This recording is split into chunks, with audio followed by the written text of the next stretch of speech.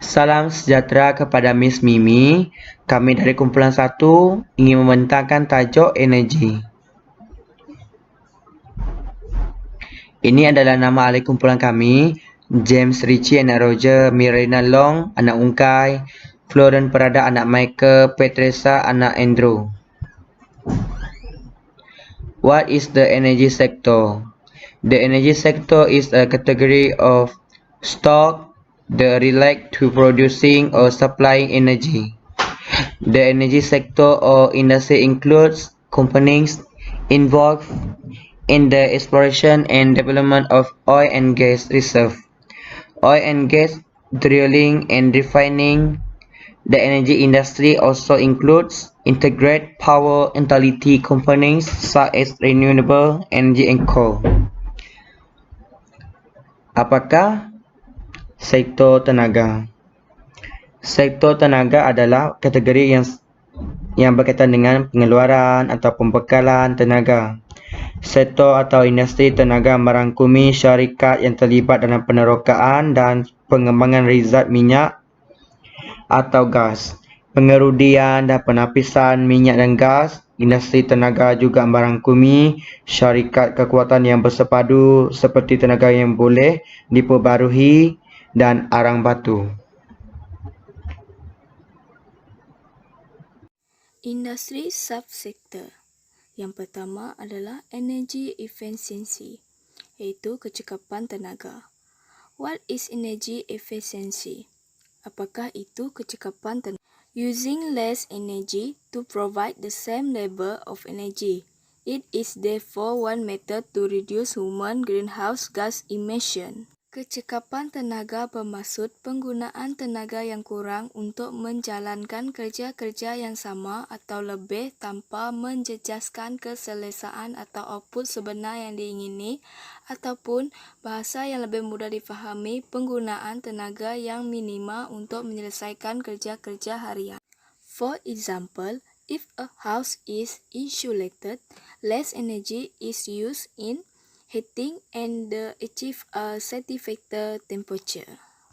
Sebagai contoh, jika sebuah rumah bertebat, maka kuranglah tenaga digunakan dalam pemanasan dan dapat mencapai suhu yang memuaskan. Seterusnya adalah fuel switching, pertukaran bahan api. What is fuel switching? Apakah itu pertukaran bahan api?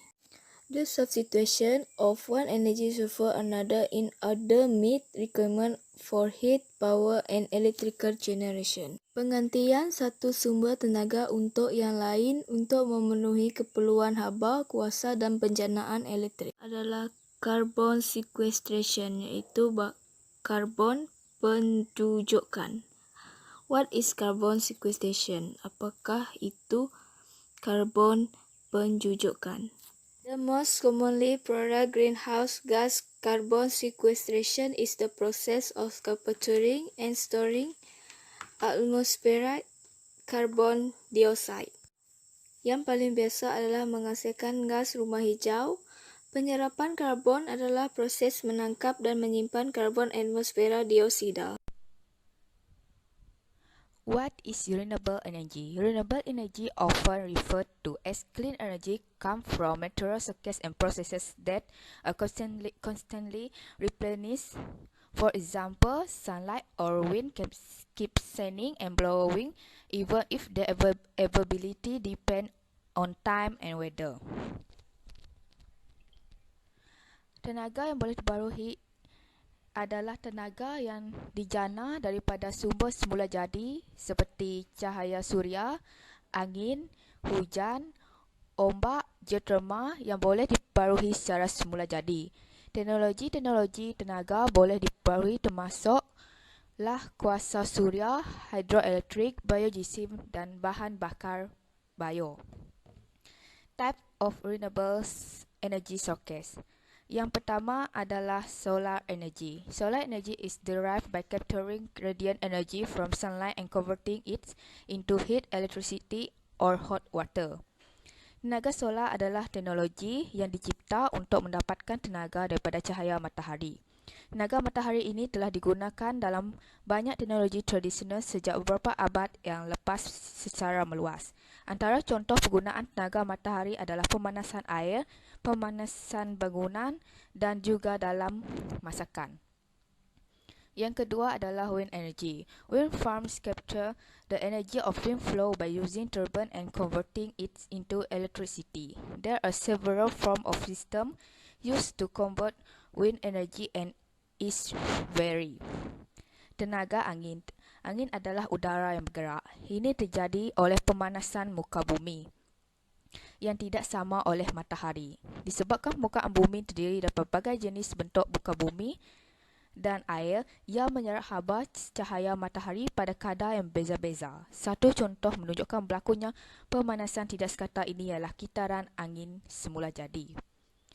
Contoh tenaga yang boleh diperbarui yang ketiga adalah hydrogen energy. Hydrogen need to be combined with other elements such as oxygen to make water as it does not occur naturally as a gas on its own. Hidrogen ni perlu digabungkan dengan unsur yang lain seperti oksigen untuk menghasilkan air. Ia tidak terbentuk sebagai gas semula jadi. Biomass energy. Bioenergy is renewable energy derived from biomass. Biomass is organic matter that come from recently living plants and organisms. Tenaga biomas ini merupakan tenaga berasal daripada bahan buangan organik seperti habuk kayu, bahan buangan loji, hampas hasil daripada pertanian dan lain-lain. Proses penjanaan lebih kurang sama dengan penjana kuasa bahan bakar mentah, tapi ia menggunakan bahan organik yang mudah dipercayai dan boleh diperbarui. Proses penghasilan tenaga elektrik berlaku apabila bahan organik tersebut dibakar dan dalam suhu yang tinggi. Kemudian air mendidih, maka berlaku pemejawapan yang menyebabkan udara panas mengalir ke arah kerinca lalu mengerakkan turbin dan menghasilkan elektrik melalui elektromagnet. What is non-renewable energy? Non-renewable energy comes from sources that can be replenished in a short period of time.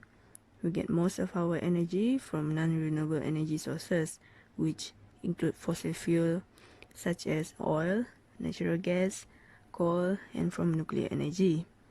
Fossil fuels are thought to have been formed from the buried remains of plants and animals that lived millions of years ago. Pembentukan sumber tenaga ini mengambil masa yang lama dan sumber ini terhad dan juga akan kehabisan pada masa yang akan datang. Types of non-renewable energy. 1. Coal ataupun arang batu. Coal is black rock that can be burned to produce energy. Coal is made from fossilized plants. Arang batu menjadi sumber utama bagi penjanaan tenaga elektrik di seluruh dunia. Namun, pembakaran arang batu turut membebaskan karbon dioksida dan juga jelaga-jelaga ke udara, dan ini akan menyumbang kepada pembebasan gas rumah hijau dan pencemaran udara. Second is oil ataupun minyak.